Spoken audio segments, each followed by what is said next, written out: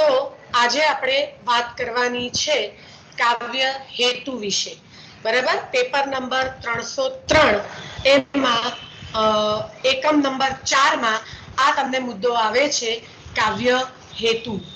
આપણે ગયા વખતે પણ વાત કરી હતી આચાર્ય મમ્મટના કાવ્ય પ્રકાશ નામના ગ્રંથમાં એમણે આ કાવ્ય હેતુ વિશે એક વ્યાખ્યા આપી છે અથવા તો એની સમજણ આપી છે. શક્તિહી નિપુણતા લોકશાસ્ત્ર કાવ્યાદ્ય વેક્ષણાત કાવ્યજ્ઞ શિક્ષયાભ્યાસ ઇતિ હેતુસ્તદ ઉદ્ભવે. તો આ કાવ્ય હેતુ શું છે એના વિશે આજે આપણે વાત કરવાની છે, બરાબર. હવે જુઓ, હેતુ એનો અર્થ થાય છે કારણ. દાખલા તરીકે તમે કોલેજમાં આવો છો કયા હેતુથી? તો સારા ભણતર માટે, સારી ડિગ્રી મેળવવા માટે, બરાબર છે. શા માટે તમે આ કરો છો, આમ એને આપણે હેતુ કહીએ. આમ સામાન્ય હેતુનો અર્થ થાય એના ઉદ્ભવનું કારણ. કોઈ પણ વસ્તુ હોય, કોઈ પણ કલા હોય તો એના ઉદ્ભવનું કારણ. હવે જેમ કે કુંભાર ઘડો બનાવે છે, શેના માટે બનાવે છે? એવો પ્રશ્ન પૂછતા જે જવાબ મળે તે પ્રયોજન કહેવાય છે, બરાબર. એટલે કહેવાનો અર્થ એ છે કે દાખલા તરીકે કુંભાર માટીનો ઘડો બનાવે તો શેના માટે બનાવે? વેચવા માટે બનાવે, આજીવિકા રળવા માટે બનાવે. તો એ જે છે એનું પ્રયોજન તરીકે ઓળખવામાં આવે છે. શા માટે બનાવે છે એવો પ્રશ્ન પૂછતા. પણ શેના માટે બનાવે છે, બરાબર, શેના દ્વારા બનાવે છે, તો એને કાવ્યના હેતુ તરીકે ઓળખવામાં આવે છે. શાસ્ત્રકારોએ કાવ્ય સર્જનનો હેતુ, કાવ્ય શેના માટે કાવ્ય હોવું જોઈએ, બરાબર. તો એ શેના દ્વારા કાવ્ય રચાવવું જોઈએ, તો એના માટે શાસ્ત્રકારોએ વિવિધ ચર્ચા કરી છે. કાવ્ય સર્જનનો હેતુ એટલે શું? કાવ્ય રચવા પાછળનું કારણ નહીં, પણ કાવ્ય રચાવા પાછળના કારણો, બરાબર. આ એક સ્પષ્ટ સમજ. કાવ્ય કેમ રચ્યું એ નહીં, કાવ્ય કેમ રચ્યું એ પ્રયોજનમાં આવશે, પણ કાવ્ય કેવી રીતે રચાયું એ જે છે એ આ હેતુની અંદર આવે. એટલે કાવ્યના રચવા પાછળની, કાવ્યની રચનાના કારણોની, કાવ્યના રચાવા પાછળના જે કારણો છે એને કાવ્ય હેતુ તરીકે ઓળખવામાં આવે છે, બરાબર. હવે આચાર્ય ભામળ છે એણે પ્રતિભા કે શક્તિને કાવ્યના હેતુ કયા છે? તો દંડી છે એણે નિપુણતાને કાવ્ય હેતુ તરીકે ઓળખ્યો છે, કહેવ્યો છે. અને આચાર્ય મમ્મટ છે એ શક્તિ, પ્રતિભા એટલે કે પ્રતિભા, નિપુણતા અને અભ્યાસ એને કાવ્યના હેતુ તરીકે ઓળખાવે છે, બરાબર. હવે જો અહીંયા જે બે ચિત્રો આપ્યા છે એમાં આ જે ચિત્ર છે ઘડો, બરાબર, એ પાણી ભરવા માટે કે પછી કુંભાર હોય તો એ આજીવિકા રળવા માટે, તો આ બધા એના પ્રયોજન છે. પણ આ કઈ રીતે રચાઈ રહ્યું છે એ એનો કાવ્યનો હેતુ છે. ઓકે, તો આજે આપણે જે વાત કરવાની છે એ કાવ્ય કેવી રીતે રચાય છે, કાવ્ય રચવા પાછળ કયા કયા કારણ જવાબદાર છે, એટલે કાવ્યના ઉદ્ભવ પાછળ કયા કારણો જવાબદાર છે એને કાવ્યના હેતુ તરીકે ઓળખવામાં આવે છે. જેમાં ભામહ નામના આચાર્ય છે એ પ્રતિભા કે શક્તિને કાવ્યના હેતુ કહે છે. તો પછી દંડી છે એ નિપુણતા, બરાબર, એને કાવ્યના હેતુ કહે છે. અને આચાર્ય મમ્મટ છે એ શક્તિ, નિપુણતા અને પાંડિત્ય, અને શક્તિ, નિપુણતા અને અભ્યાસને કાવ્યના હેતુ તરીકે ઓળખાવે છે, બરાબર. તો હેતુ કોને કહેવાય એ ખ્યાલ આવ્યો પાયલ? હા, ઓકે. એટલે ફરી વાર કહી દઉં તમને એકવાર કે કાવ્ય શેના માટે, શા માટે રચાય છે એ કાવ્યનું પ્રયોજન છે, પણ કાવ્ય રચવા પાછળ જે કારણો જવાબદાર છે, બરાબર, તેને કાવ્યના હેતુ તરીકે ઓળખવામાં આવે છે.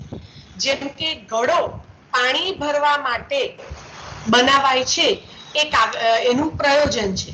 પણ ઘડો આ ચાકડાની મદદથી, માટીની મદદથી કારીગરી કરીને બનાવાય છે, તો એ એનો હેતુ છે. કે તો આપણે આચાર્ય મમ્મટે આપેલા શક્તિ, નિપુણતા અને અભ્યાસ એના વિશે વાત કરવાની છે. અને એને મમ્મટ છે એ કાવ્યના હેતુ તરીકે ગણાવે છે. ઘણા લોકો માત્ર શક્તિને એટલે કે પ્રતિભાને હેતુ કહે છે. ઘણા લોકો માત્ર નિપુણતાને હેતુ કહે છે. પણ મમ્મટ શક્તિ, નિપુણતા અને અભ્યાસ આ ત્રણેયને કાવ્યના હેતુ તરીકે ઓળખાવે છે.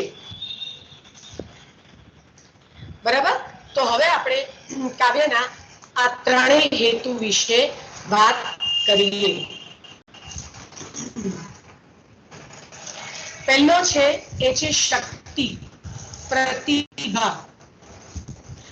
આચાર્ય મમ્મટ પ્રતિભાને માટે શક્તિ શબ્દ વાપરે છે. હવે આ પ્રતિભા, આ શક્તિ એટલે કઈ? તો અહીંયા શારીરિક છાડી દઉં, કુસ્તી કરું, બોક્સિંગ કરું, એવી શારીરિક શક્તિની અહીંયા વાત નથી. આ શક્તિ એક વિશિષ્ટ પ્રકારના જન્મજાત સંસ્કાર, જે કવિત્વના બીજ રૂપ છે. એટલે મમ્મટના કહેવા પ્રમાણે જે વ્યક્તિની અંદર આ આંતરિક પ્રતિભા, આ આંતરિક શક્તિ રહેલી હોય, તે જ સારી કવિતા રચી શકે. અને બરાબર પણ છે. માત્ર પ્રાસ રચી દેવાથી આજકાલ બધા કવિઓ થતા ફરે છે, એને કવિતા ના કહેવાય. બરાબર ને? કવિતાના ચોક્કસ કેટલાક પોતાના લક્ષણો હોય છે. ખાલી પ્રાસ ગોઠવી દેવાથી કે થોડો ઘણો લય મૂકી દેવાથી એ કવિતા થઈ જતી નથી. ઓકે, તો ઉત્તમ કવિતા રચવા માટે આ જન્મજાત સંસ્કાર હોવા જરૂરી છે. બરાબર, સર્જકની અંદર આ જન્મજાત, કારણ કે કવિતા શીખવાડવા માટેની કોઈ સ્કૂલ, કોઈ કોલેજ હોતી નથી. આજે તમે 3 વર્ષથી ગુજરાતી વિષય ભણો છો, પણ તમે સારા કવિ થઈ જશો એવી કોઈ ગેરંટી ના હોય. હું આટલા વર્ષોથી ભણાવું છું, અથવા તો મને છંદ આવડે છે, અલંકાર આવડે છે, ઇવન કવિતાના લક્ષણો મને ખબર છે, પણ તોય હું કઈ કવિ નથી થઈ જતી. કારણ કે કાવ્ય સર્જન માટે કવિમાં રહેલ ઈશ્વર દત્ત શક્તિ મહત્વનું પરિબળ છે. અંગ્રેજીમાં કહેવાય છે કે પોએટ્સ આર બોર્ન નોટ મેડ, એટલે કે કવિઓ જન્મે છે, બનતા નથી. બરાબર છે? તો આ શક્તિ કે પ્રતિભા વિના કાવ્ય જે છે એ જન્મતું નથી. નહીતર તો દુનિયાના બધા જ લોકો કવિ થઈને ફરતા હોત, બધા જ લોકો નવલકથાકાર હોત, બધા જ લોકો વાર્તાકાર હોત, પણ બધા એ નથી કરી શકતા. ભાષા સારી હોય એનો મતલબ તમે સર્જક સારા છો, સર્જક બની જશો, એવું હોતું નથી. બરાબર? અને પ્રતિભા હોય નહીં તો કાવ્ય સર્જાય નહીં. એટલે પ્રતિભા વગર કાવ્યની રચના, અહીંયા કાવ્ય એટલે માત્ર કવિતાના અર્થમાં આપણે નથી લેવાનું, સમગ્ર સાહિત્ય સર્જનના અર્થમાં લેવાનું છે. એટલે પ્રતિભા વગર, શક્તિ વગર, આંતરિક શક્તિ વગર કાવ્ય સર્જાય નહીં. અને જો સર્જાય તો પણ તે હાસ્યાસ્પદ બને છે. બરાબર? એ જોડકણા જેવું લાગે તો એ કવિતા નથી. હા, અને રાજશેખર એટલા માટે જ આ પ્રતિભાને સહજા, સહજા એટલે સાહજિક રીતે આપોઆપ જે આવે છે તે. બરાબર? આમ અપૂર્વ વસ્તુનું સર્જન કરનારી અને વર્ણનીય વસ્તુ વિષયને નવીન રીતે આલેખનારી શક્તિ તે પ્રતિભા. બરાબર? શરદ પૂનમનો ચંદ્ર આપણે બધાએ જોઈએ છે. હા, પણ કાંત જુએ તો એ સાગર અને શશી જેવું ઉત્તમ કાવ્ય લખી શકે. આપણે જરૂરી નથી લખી શકીએ, કારણ કે આપણામાં એ પ્રતિભા ન પણ હાલ આપણે લખી શકીએ, રચી શકીએ, જો આપણામાં એ આંતરિક પ્રતિભા, આંતરિક શક્તિ હોય તો. કોઈ પણ વસ્તુ વિષયને નવીન રીતે આલેખવાની એ શક્તિ કે પ્રતિભા હોય તો આપણે 100% ઉત્તમ સર્જન કરી શકીએ છીએ. જો આ બધા ગુજરાતી સાહિત્યકારોના ઉદાહરણ છે. નરત્વમ દુર્લભમ લોક વિદ્યા તત્ર સુદુર્લભા કવિત્વમ દુર્લભમ તત્ર શક્તિ તત્ર સુદુર્લભા. હવે આ જે છે એ કોના છે? નરસિંહ મહેતા છે, પન્નાલાલ પટેલ છે, મરીઝ છે, એના ફોટોગ્રાફ છે. કેમ મૂક્યા છે મેં? તો મારે ખાલી એ જ કહેવું છે કે તમે 5 વર્ષ ગુજરાતી સાથે BA MA બધું થશો, તમે અંગ્રેજીમાં એક્સપર્ટ હો, તમે હિન્દીમાં નિષ્ણાત હો, બધું બને, પણ એનો અર્થ જરૂરી નથી કે તમે સારા સર્જક થઈ જાઓ.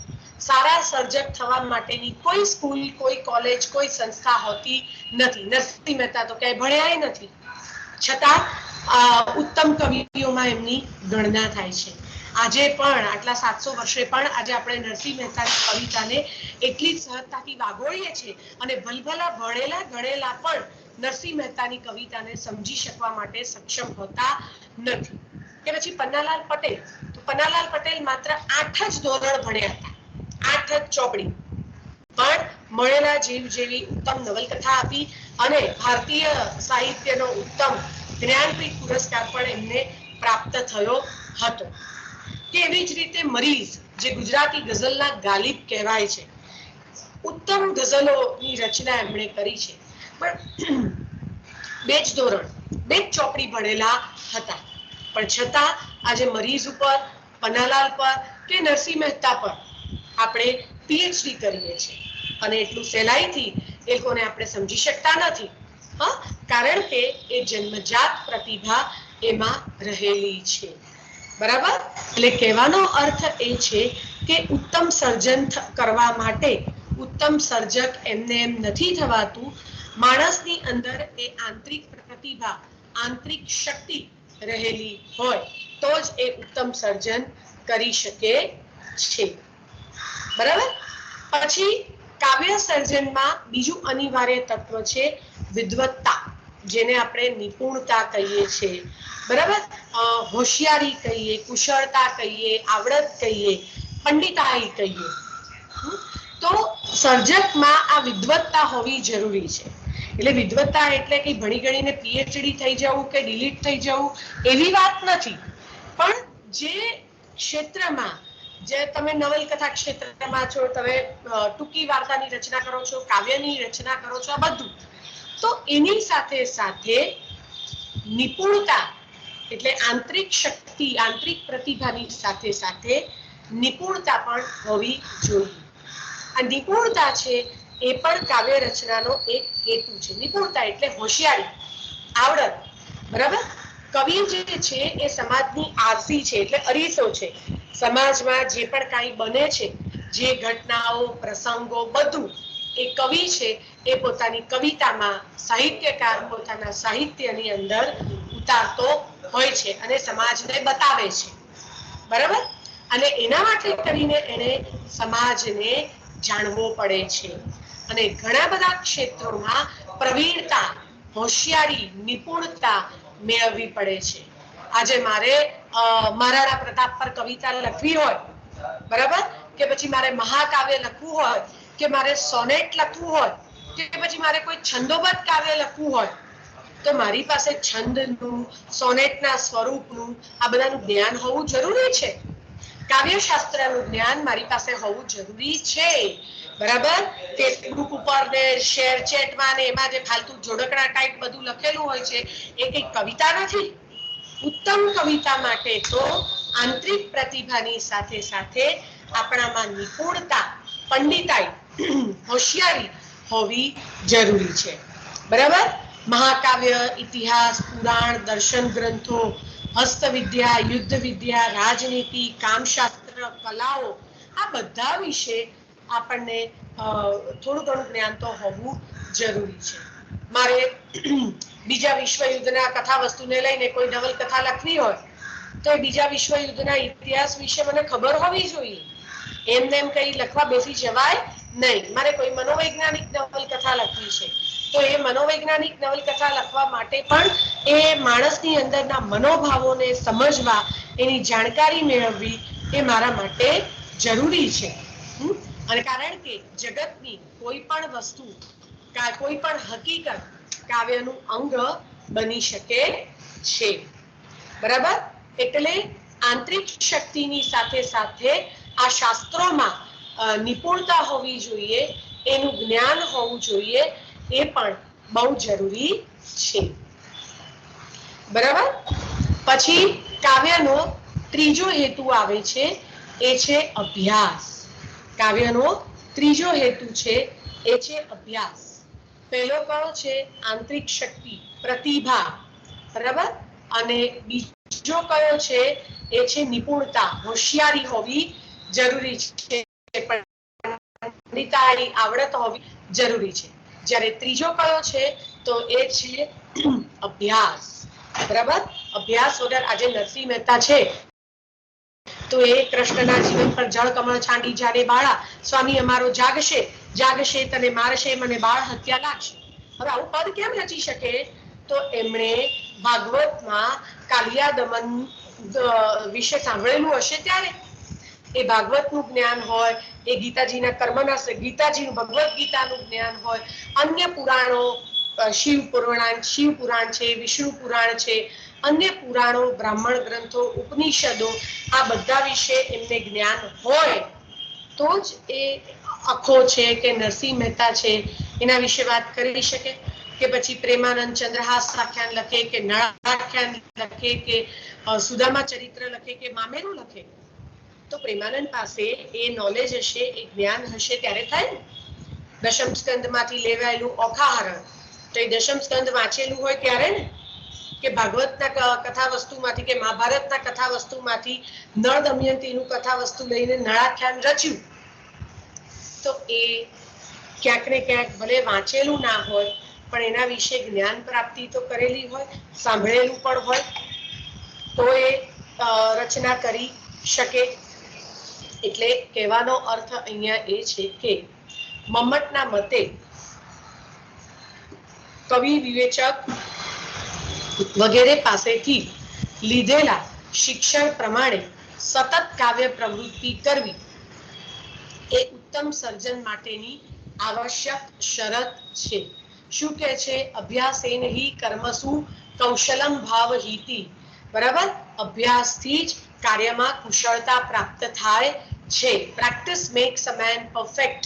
તમે સતત એના વિશે અભ્યાસ કર્યા કરો તો આપોઆપ આપણને એમ લાગે કે કલાની વિભાવના મને અઘરી પડે છે, કે પછી ભાષાના લક્ષણો વિશે મને બરાબર, તો એને તમે 2 વાર વાંચો, 3 વાર વાંચો, એને સમજવાનો પ્રયત્ન કરો, એને 2 થી 3 વાર લખો, તો એ આપોઆપ તમારી સમજમાં ઉતરી જાય છે.